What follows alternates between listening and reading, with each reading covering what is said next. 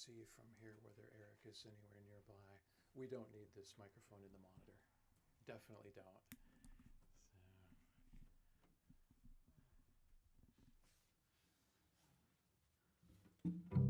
Oof, no, I definitely don't need that mic. It's coming through the monitor speaker. There we go. I turned it on. Yeah, that's better. Yep. Getting my own little echo chamber up here with that. That was from that was from Monday's 8-hour poetry reading. 8 hours. They get to hear themselves. All right, Eric Levin. Musicians are like that. Poets are too.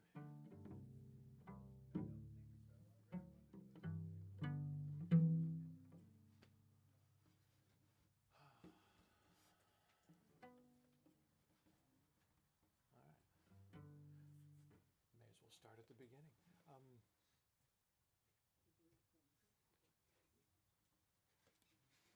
Stewart, I think I'm just going to give you a G major prelude and let it rip for you. Yes. Yeah. I mean, it's always a great way to set the mood, set the stage, all that. And Diane, I'll do something else for you.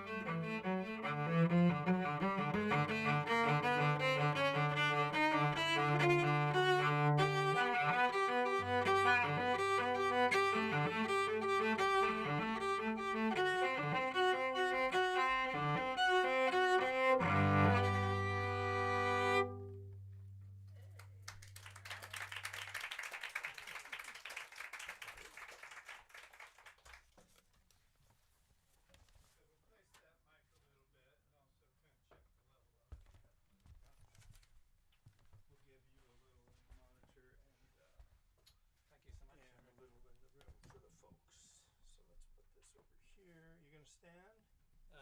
Yes, I think I will. Okay. We'll do like this, and we'll get that chair back out of the way.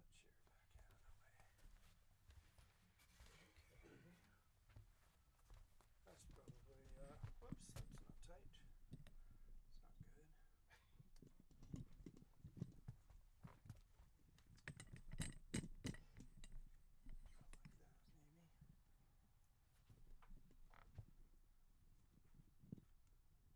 Okay, so let me get back there before you start, okay? Okay. All right. Is this working, everybody? Well, I No, don't have not enough till you yet. have it on. That's why wait till I get back. Guess it's not. All right. You gotta discipline the artist, you know, poet. But I will say this is Stewart Florsheim. So anyway, I'm gonna go back there. Before you start getting into it, we'll just make sure that you're hearing yourself and they're hearing you, okay? Okay, sounds great. You can just talk, you know, we start, thank you all for coming. It's great seeing everybody. Good crowd. It's going? That's all you have to say. Yeah. Yeah, so I'll be reading. Should I start, Eric? Or No, I want you to keep talking so I can set a level. okay. Oh, there you go. Okay, here we go. I think. I'm getting there. I'm not even there yet. Okay, not quite. I can sing a song. No, I shouldn't do that. Stewart, can you hear yourself? I can hear myself. Yes. Good. Okay, people, you okay? Yes. People Great. are okay. Stewart Florsheim, ladies. Great. Thank you so much. So thank you all again for coming. I'll be reading from my new book. It came out last year called The Musing of the Angels, and I'll also be reading some new poetry as well. So the first poem I'll be reading is called The Breezy Time of Day. It's the first poem in the book, and I like to start with that because it contains lots of the themes that are actually in the book. It is a poem called an ekphrastic poem, and I write a lot of ekphrastic poems. It's poems about paintings, basically. So this one is based on painting by Chagall. It's called Adam and Eve Expelled from Paradise. A breezy time of day. The angel seems bemused as she expels Adam and Eve from the garden. After all, they don't seem displeased. They see each other for the first time and will soon abandon their embarrassment for food, for joy, and in time for pain. Their curiosity is ravenous. The musky scent of the earth will invigorate them and arouse their hunger. They will have children and learn how to nourish them. Their knowledge will be a light, often disclosing the inadequacy of the words they use to express their wonder, their anguish, and their resolve. They will find that time is the enemy and can cancel out even their greatest accomplishments. They will observe animals that send signals, often to other species, to alert them about nearby predators. They will watch ravens mourn when members of their conspiracies die or get killed. They will grieve for their son after he's killed at the hands of his brother. They will bury him and weep. They will have another child. They will never turn back.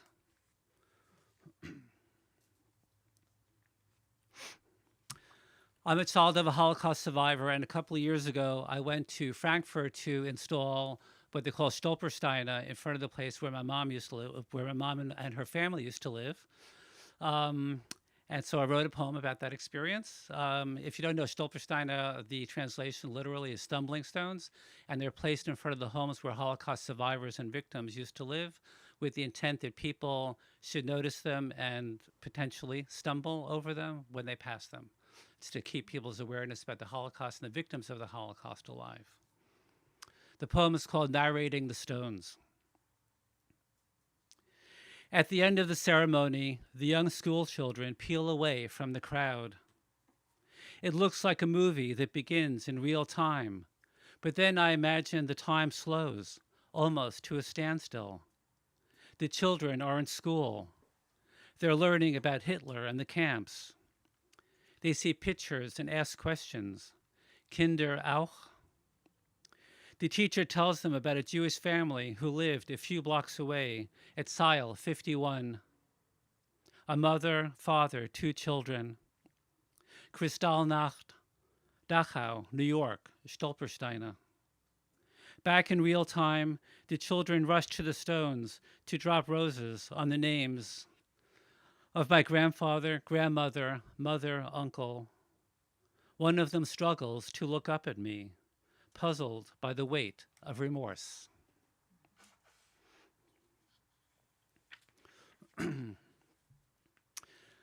This next poem is called Mother's Phone Book.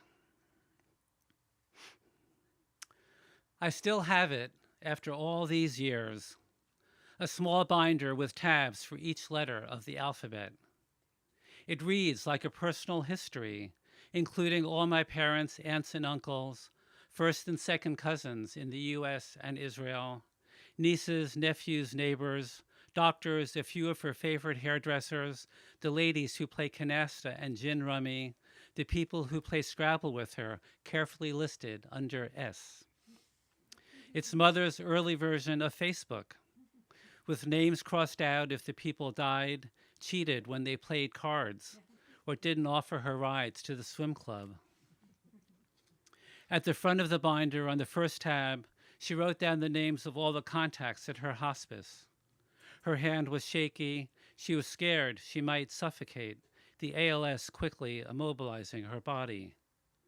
Jacob Perlow Hospice, with phone numbers for Jill, Lynn, Wesley, Maura, her nurses, doctor, social worker. At the end, she wouldn't have been able to dial a number or talk to anyone, each word weighed down by its letters. She would have reached for her phone book and it would have fallen to the floor, the rings opening, the pages flying around the room like silent crows.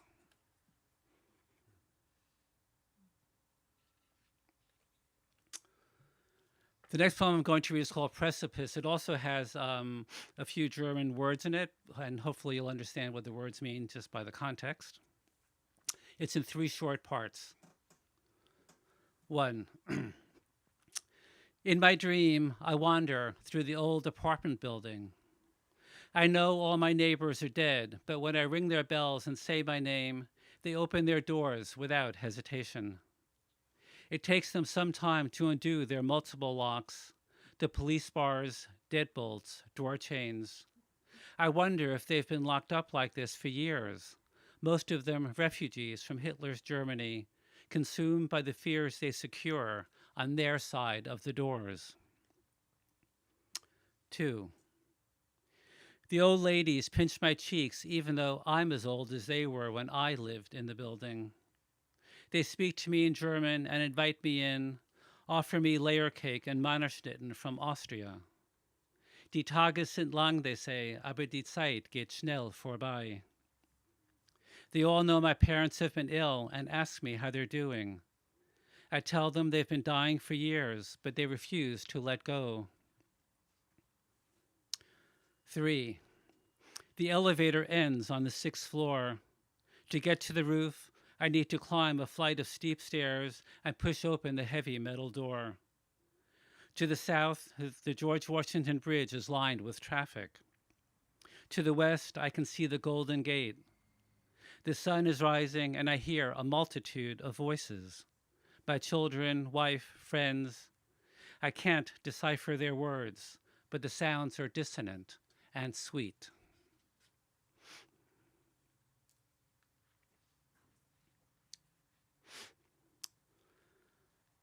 Like most poets, I've written several poems about the pandemic. This one is called Opening After the Lockdown. My friends will have to forgive me as I rush back to my tiny office under the house, familiar blue chair, my background always a blur to the world, to hide the hot water heater and a bookcase stacked with collections by my favorite poets. Yeats, Stevens, Rilke, Amichai, Gluck, the people who helped me navigate my life even through the most expansive times. Perhaps that is what the lockdown was meant to teach me, how I can learn to keep my world at bay, to appreciate even the people I know from a distance, their blurred lives, faces covered, voices muffled, so I have to listen even harder, discover the pleasures of being vigilant. And this next poem is a little bit of an ekphrastic poem, a poem about a painting, but in this poem, or in this experience, I'm actually watching somebody experience a painting, and it takes place at the Belvedere. It's a big, beautiful museum in Vienna. And the poem is called Woman Takes a Selfie in Front of Klimt's The Kiss.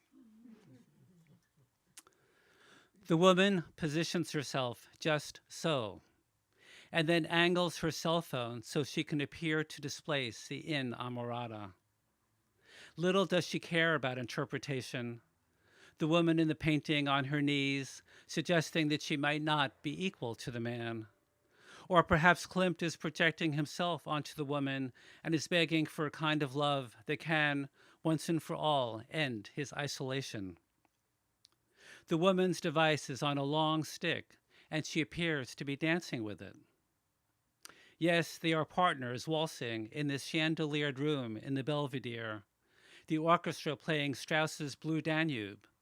And when she finds the perfect spot, she stops, slowly closes her eyes, and clicks a pick.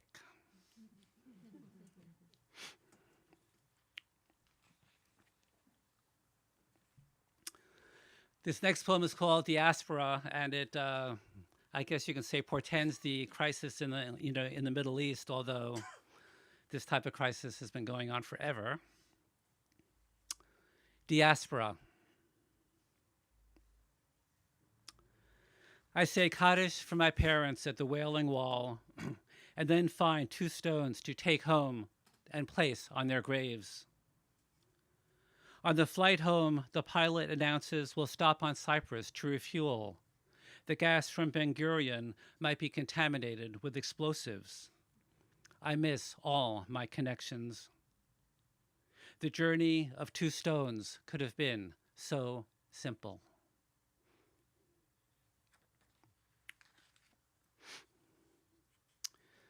And on a lighter note, this poem is called Reading Spinoza at a Rest Stop on the I-5. I search for God in every corner of the travel center of America, between slices of turkey breast at Subway, on lines leading to the restroom, in the impatient sighs of a woman waiting to pay for a beef jerky. After I unscrew the cap of my gas tank, I imagine Spinoza at the adjacent pump, a small man wearing his signature black cloak, pumping gas into a first-generation silver Prius. He tells me I'm trying too hard, that God is thought itself, the very reason I've embarked on my wonderful journey. I screw the cap back on my tank, turn around, and he's gone, heading north on the I-5, the travel center too electrified to see even a single star in the sky.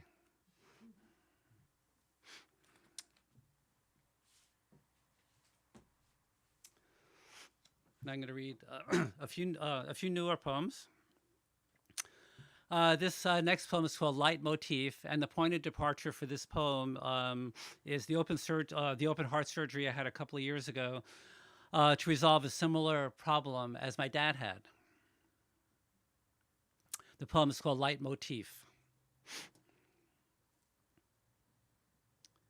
The same operation on my heart as father had, a defective valve, my heart straining when it pumps. While I'm growing up, mother yells at him, demands that he be a better father, more like the dads who aren't refugees. He and I sit in the kitchen, trying to learn all the Boy Scout knots, father sweating as we go through the handbook. We start with the square knot, but he can't do it. His thick fingers a hindrance, better suited for slicing sides of beef. When I first work at his meat market, he takes me into the big freezer and explains the different cuts: chuck, ribs, flank, brisket, the large sides swinging into me, my shirt covered in blood and gristle. He shows me the organs he has for sale, the hearts and tongues set in aspic, the subtle transparency of veins.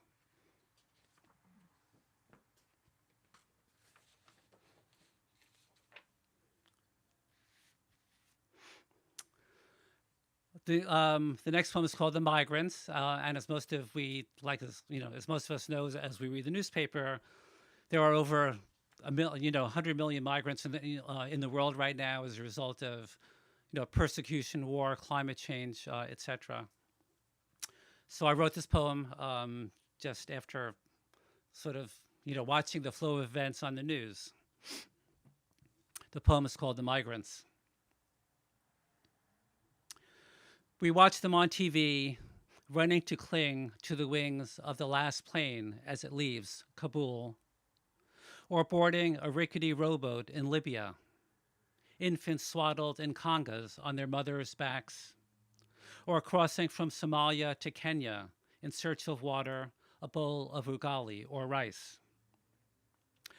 I imagine flying above the earth and seeing the millions of migrants below, colonies and colonies traveling in every direction, their search for safety reshaping the world into a maze of tunnels and caves as they try to begin again. And then my imagination goes blank.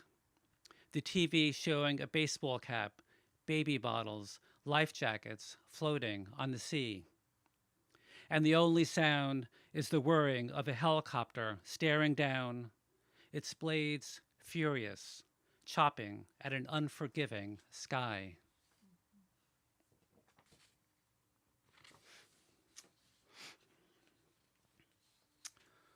One of the activities I do now that I'm retired is I'm on the board of directors of an organization called End of Life Choices California, where we tell people about all their choices that they have at the end of life.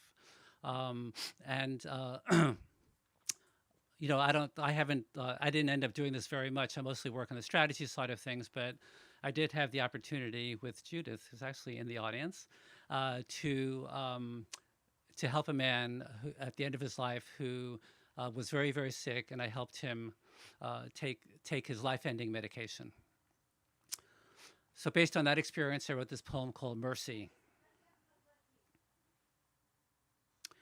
When I hand our client the life-ending medication and tell him he can still change his mind, but once he takes it, there will be no turning back. He chugs down the 4 ounces of liquid and smiles.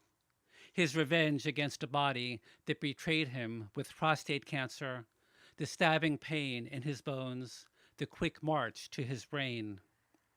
He even grabs his Gatorade and puts a few ounces into the bottle where the medication was, swirls it around and chugs that as well. Good to the last drop, he says.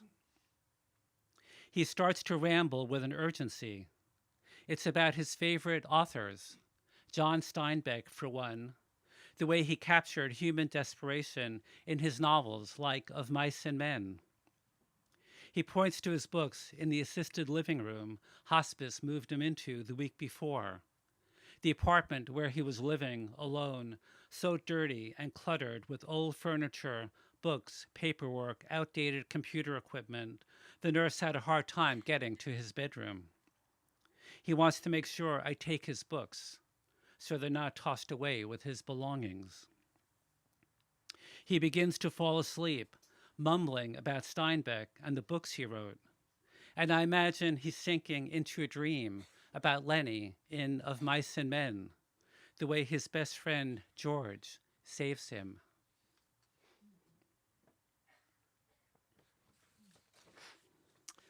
I've got a couple more poems.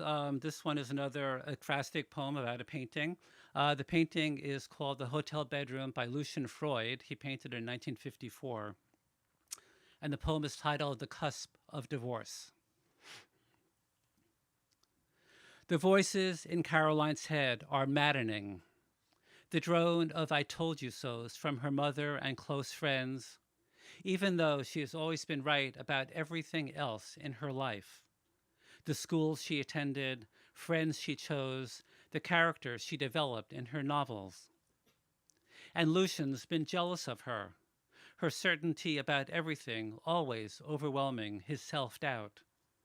So debilitating, he needs to paint day and night in order to breathe. He looks at us from across the room, his body dark, absorbed in his mood. He wants our sympathy for the ambivalence he feels towards his wife and possibly all women, even though he needs them almost as much as he needs to paint. He turns toward his palette, decides to brighten the duvet cover, sheets, pillowcases, even the complexion of Caroline's face and hands. The light in the room is demanding, and he decides, reluctantly, to give in. And I'll read one more poem from my book, Amusing the Angels, because I wanted to end on a slightly lighter note. And the poem is called "Ushering at the San Francisco Opera." From the end of the long line of patrons waiting for me to escort them to their seats, the Carmen wannabe in the floor-length red chiffon gown, black hair pulled back, fashioned into a bun, the man in a tux walking and reading his program through rose-colored glasses perched on the tip of his nose. My friend Bill shouts to me, "Hey, Stewart, didn't I see you naked at the pool this morning?" Everyone chuckles as I look down to make sure I'm clothed. And then I recall the 200-yard medley we did in our master's group at 6 that morning, my legs still tight because I didn't stretch enough after the swim. Carmen tells me she's a swimmer as well and just completed the 2-mile race from Alcatraz. In fact, everyone shares their exercise routines with me as I escort them to their seats. The woman preparing for her first triathlon, the man trying his hand at boxing, the woman who does Bikram yoga every morning. The lights dim and my patrons appear restless in their seats. When Irene Roberts begins her first aria, the triathlete stretches her arms across her shoulders, imagines the light shimmering on the pool, and dives in, one arm stretching out, then pulling the water hard along the length of her long body. She's swimming just above the surface now, as she listens to Carmen sing sweetly about love, the rebellious bird that no one can tame. Thank you very much.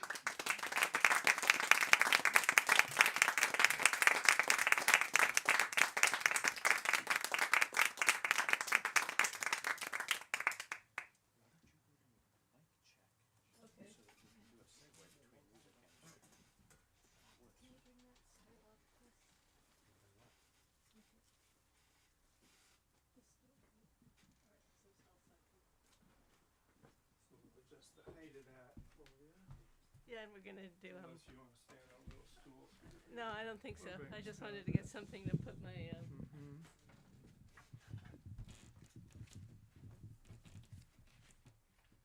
maybe here. Okay.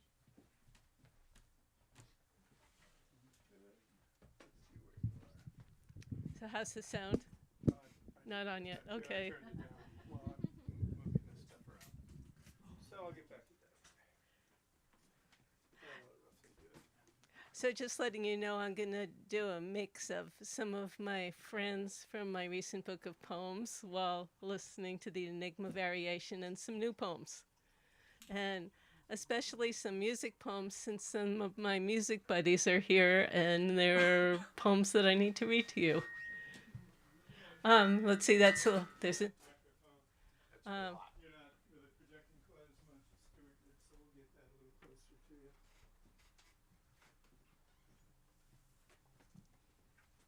So I don't have to turn it up too much. Okay.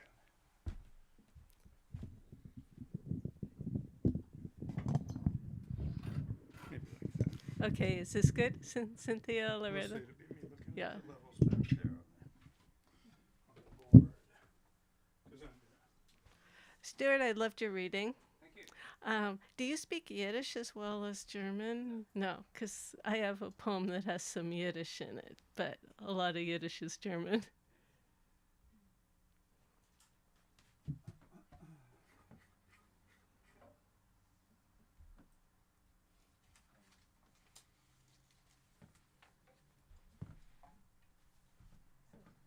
So are you satisfied with the microphone? Yeah. Okay. All right, but this needs to go somewhere else Okay. for the moment. Okay.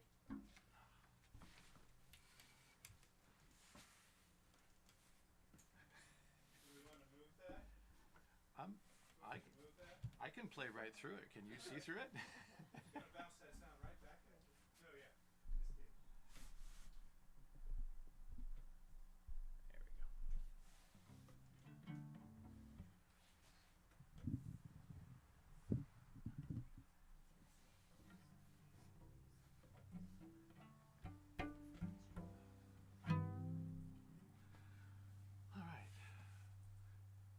Well, since I happen to know that Diane is going to reference J.S. Bach, I'd better start with that. Let's go with the C major suite, the Sarabande.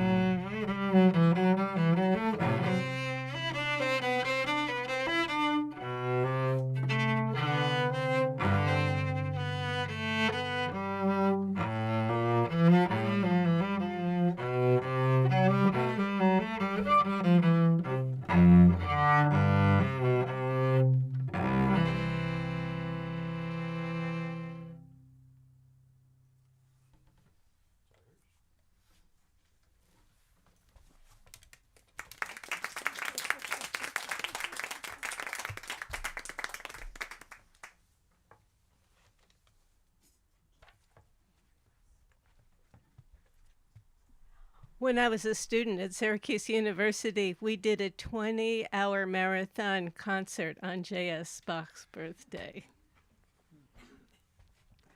Magnificat for Johann Sebastian Bach. It was the old man's 285th birthday, and I mean the maestro, the Illuminata, Johann Sebastian Bach. I was a university student, and to celebrate 3 centuries of musical genius, our conductor led a 20-hour marathon concert starting early in the morning. All day, musicians and students migrated in and out of the auditorium with motets, cantatas, and concertos. A barefooted organist played the toccata and fugue in D minor, then a prelude entirely with his feet. I was amazed at the synergy of dance and sound. Our concertmaster dazzled us by playing the 6th Bach cello suite arranged for violin with his eyes closed, no music stand, as he tuned to an inner singing. Segue to the entire orchestra walking on stage to play the 2nd Brandenburg Concerto, the Concerto for 2 harpsichords, the Concerto for 3 harpsichords, and later, just after sunset, the Magnificat. I was playing cello next to the harpsichord, inside the sway of its musical body, surrounded by tones that took me back to an earlier century. That night, I had my first experience of musical transcendence. The moon was glowing through stained glass. On the stage, we were playing the Magnificat. Inside, we were flying in otherworldly ecstasy. By 10 o'clock that night, I could swear the maestro was there, listening and sometimes playing with us. Years later, on the other side of the continent, one of my private pleasures is playing the Bach cello suites late at night with no one listening. And sometimes by the ocean, with the moon glowing toward full, the old man whispers to me.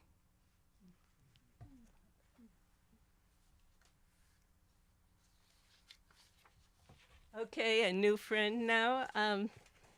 This poem is kind of fun. It's about being 10 years old and taking a walk in the snow with my mom to see the Christmas lights and her running commentary in Yiddish.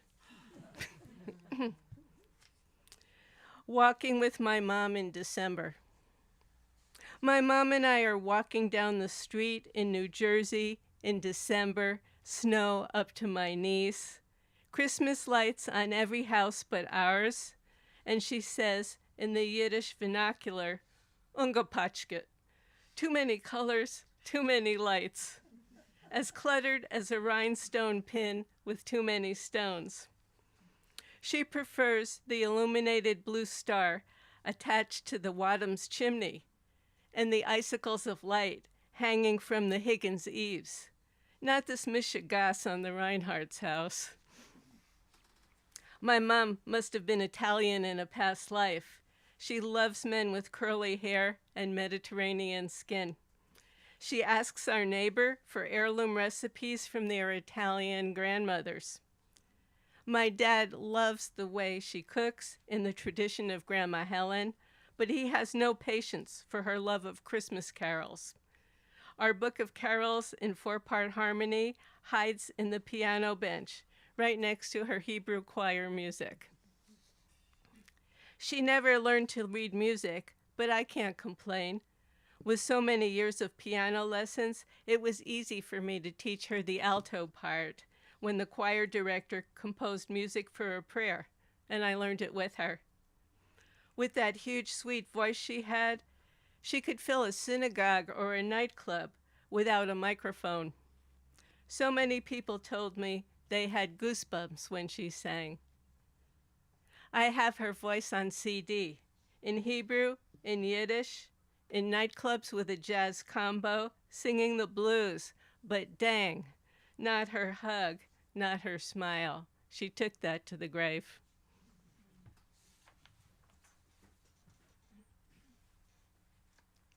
The next poem is Dream Horse. In goddess mythology, Pegasus is the muse. So this is a poem inspired by Pegasus. Dream Horse. It has an epigraph by Jack Spicer. Any fool can get into an ocean, but it takes a goddess to get out of one. A dream horse, or perhaps a crab, slept in crowded fields of light, dream haystacks all around, and the dream wings of a nighthawk flying into an eastern star. In the distance, dream horses stampeded over fields of winter wheat, under an ocean of sky. Was that galaxy a vision of a goddess? The horse heard a lavender melody from a distant star, the music becoming light, and in a cottonwood tree, an owl chanted from the twisted sculpture of a branch that was still growing. The blue notes of my dream called to the owl like chimes in a sky cathedral, as the Leonid meteors streaked the edges of what I knew. Above the owl's wings, the northern lights hovered over hayfields, changing colors. Every word I wrote that night brought us back to a passageway where a stone tunnel leads through coastal cliffs to the ocean.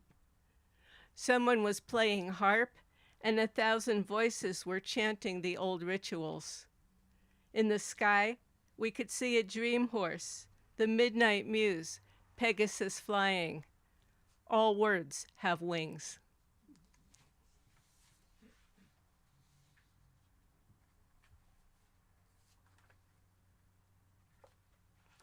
My next poem, The Sky Away from Here, is about trying to watch an eclipse of the moon in San Francisco on a foggy night. For me, eclipse is serious business. When I was 8 years old, I decided to be an astronomer. When I was 14, I found out how much math was involved and immediately started looking for a new profession. But the sky away from here. Somewhere the moon turned copper. Druids circled Stonehenge in amber robes. My astronomy professor was on his balcony with a telescope. I was in San Francisco under a thick cloud cover. In the sky away from here, shadows of buffaloes ran across the moon, and coyotes howled their dirge to the dark night. In London, a coven of moon-clad women swept their homes, cooked moon soup, chanted the old stories, wore moonstones. In the Zagros Mountains, Sufis gathered in a stone circle, read Rumi for an oracle, became dervishes at midnight. In Kyoto, a geisha in Pontacho wore a kimono painted with a silk moon, brushed her lover with a feather. And in the Gatsby land of the Long Island beaches, two lovers bathed in a tide pool, using the dark of the moon as a cover. In San Francisco, I entered my dreams as the rain pounded disappointment on my window. But in the sky away from here, luminous tattoos danced across the sky and shattered into new constellations. The buffalo, the geisha, the feather, a tide pool of lovers on the far side of the moon.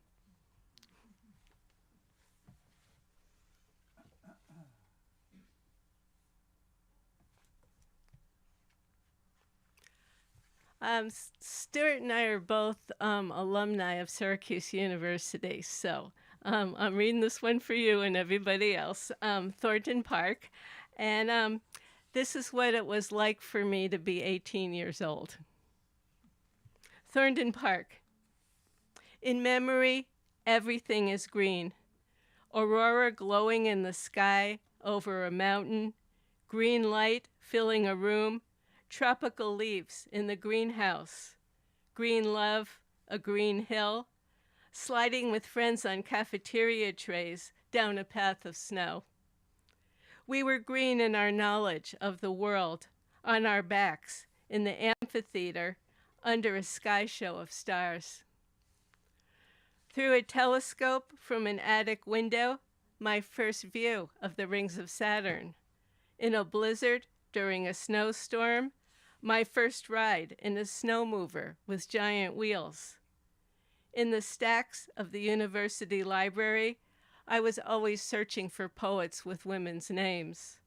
Diane de Prima, Adrienne Rich, Denise Levertov. In the house on the other side of Thornton Park, he dreamed of intricate, interweaving harmonies. I dreamed about my father. Music and moonlight through a stained-glass window.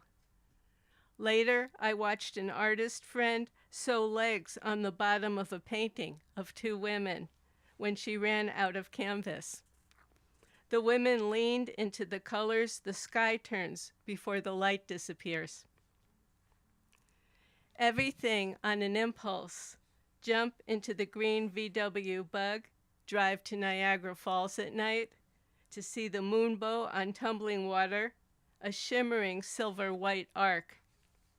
In April, drive to Key West during spring vacation, sleep on the beach with the salty blue ocean crashing into our dreams. Everyone too absorbed in self-discovery to understand the ocean of tears that fell out of what they touched and let go of. climbing ladders and scaffolds of buildings under construction. We were under construction. Yes, our lives were like that, green in those days.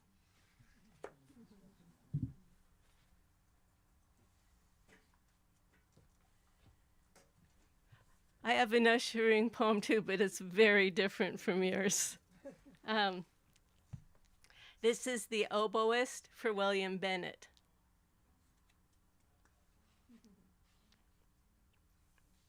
The oboist flew into the vortex just before the last note of his concerto. Oboe in hand, lifted to the concertmaster, his final desperate prayer, please, somebody take this, before he fell over for the last time. Time expanded and condensed. It felt like a millennium for the ambulance to arrive. His wife on stage, holding him in the chaos we all felt that night. Her heart a small bird flying. Two ushers were sending Reiki, hands raised in the back row. The concert hall in a stunned silence as the EMTs strapped him to the gurney. Then, flashing lights, an echo of an oboe, lento, heartbeat, breath, diminuendo. When the concert started again, I had to sit in the front row with my friend who was visiting from Australia. I could only listen if I was that close to the music, almost inside it. I slipped my hand inside my friend's large palm, like the mitt of a koala bear. In that moment, I felt the presence of a redwood tree, large and healing, light streaming down from another world. 6 days later, wondering what kind of music starlight sends through time, and suddenly through my window, I light the candle. It's interesting, I carried that poem with me for a few years, and then 2 weeks ago I just had to write this, so it's the first time I've read it in public.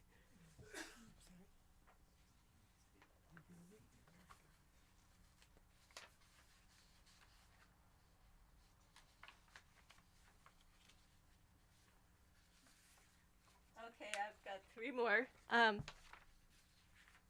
This is Eric. This poem is for Eric, and the last poem I'm going to read is for Eric also, a love poem I wrote for him before I met him. We did, this summer, I led an ekphrastic poetry workshop at the MSA Gallery in Marin, and we spent like 4 days walking around and writing about the art that we saw. And this is inspired by, it's called Winter Landscape, and it's a meditation on a painting by Meg Riley and some images from some of the other paintings too. And things go to sleep in the winter, and then some kind of awakening for most of us. Winter landscape. The trees become blue at the foot of Snow Mountain. Fill the landscape with western wind, singing through branches. Walk through the cold as your breath becomes mist. Frozen crystals over bears curled in winter sleep. On white birch branches, two snowy owls hoo-hoo their mating call. In a new season, 3 eggs wait to be born as their parents build the nest. How much of you has been waiting for the earth to thaw, for your emotions to spin into water wheels? A Ferris wheel in your dreams delivers the wild purple of morning glories through an open window where the world waits for you.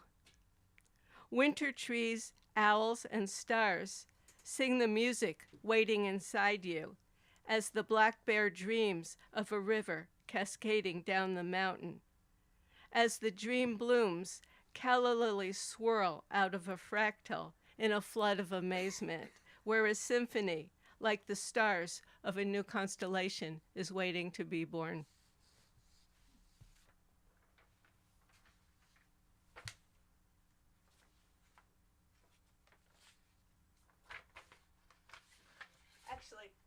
2 more poems, and then I'll read the final little one. This one is Late August at Point Reyes. For those of you who are poets, this got into Perrin's Fountain. There's a new editor, and all of a sudden, all sorts of people who were always getting in were not getting in, but I think I figured out the mysterious code. The poem has to be somewhat inventive, but there has to be something regular about the form. So, 4-line stanzas. But I said some things that I really wanted to say here. This has an epigraph, an Afghani proverb from the Pashtun tribe. A tree lives 100 years, and a bird perches in it just one night. Late August at Point Reyes. The mother tree gathers a redwood circle. A white deer runs through the forest. The hikers lost their way in the sunset, and the breadcrumbs ran out. A white deer runs through the forest, gathering light that has sprayed from stars. A dream is shivering. A yearling tree has stretched into its first koan. The pine cones are dreaming of a forest as fire spreads its acres and sweeps up the hill. Stellar's jays fly toward the darkness as branches begin to fall. A woodpecker taps a message, but the crazy woman who dropped a match in the undergrowth does not hear it. Her nightmares become mythological birds. Somewhere in time, prayers fly out of phoebes and nuthatches. The chanting is in a minor key. The notes burn across the page. In a different part of the world, 3 billionaires fly to the moon, while the rest of us are trying to rescue this burning planet.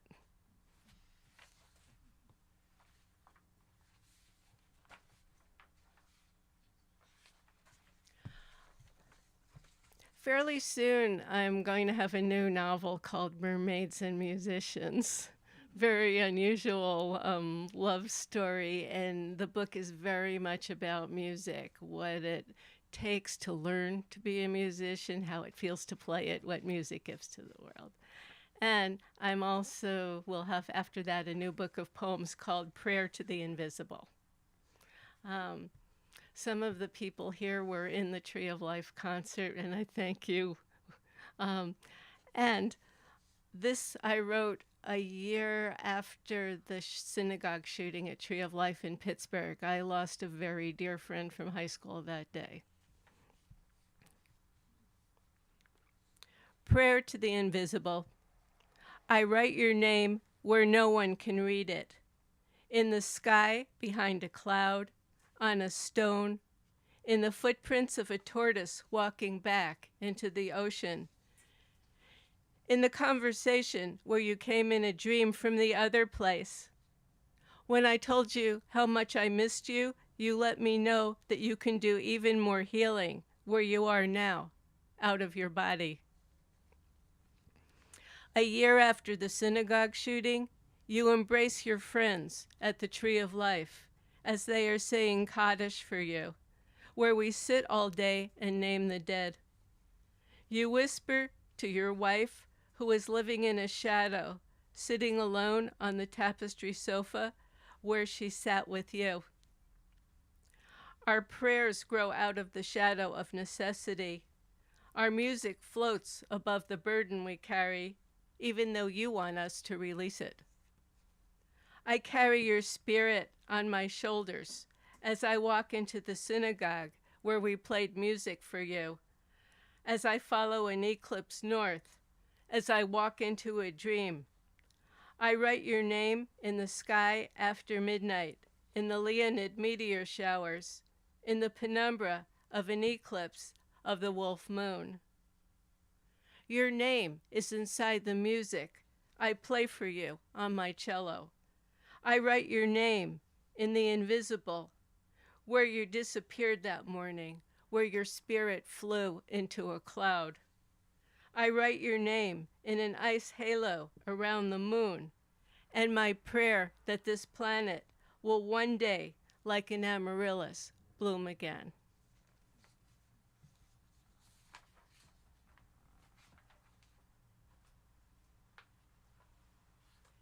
And I'm going to end with one tiny poem. It's a love poem that I wrote for Eric before I met him. I kind of knew that he was out there somewhere. I lacked confidence that I would meet him, but one day we did. Iowa Omen. 3 hawks fly south as your voice trembles across the Great Plains. Fields of sleeping cows, a gentleness in the land. Here is the omen, sky splashed with aurora, blue stars, curtains of light. The letters are gold on red silk, Japanese calligraphy. If I had the right kind of ink, I'd write them on your skin. Thank you very much.